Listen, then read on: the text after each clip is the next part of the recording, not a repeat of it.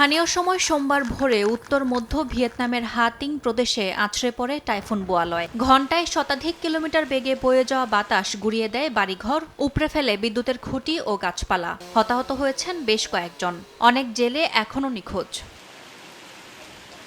ক্ষতিগ্রস্ত এলাকার বড় অংশ এখনও বিদ্যুৎ ও ইন্টারনেটবিহীন। সড়কে গাছপালা ও বৈদ্যুতিক খুঁটি পড়ে যোগাযোগ বিচ্ছিন্ন হয়ে পড়েছে।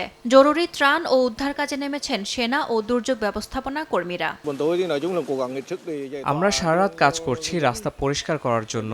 জনসাধারণ যেন দ্রুত স্বাভাবিকভাবে চলাচল করতে পারে, সেটাই এখন আমাদের প্রধান লক্ষ্য। টাইফুনের পর ভারী বৃষ্টির কারণে অনেক এলাকা তলিয়ে গেছে। পানিবন্দী পরিবারগুলো নৌকা কিংবা ভেলায় করে চলাচল করছেন। মধ্যরাতে পানি হঠাৎ অনেক বেড়ে যায়। আমাদের প্রত্যেকের ঘর এখন প্লাবিত। কোথাও পানির গভীরতা 140 সেন্টিমিটারের বেশি।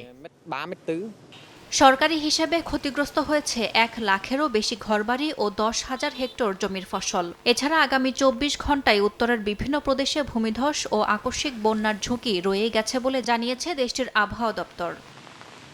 ইয়াসমিন অনন্যা, সময় সংবাদ।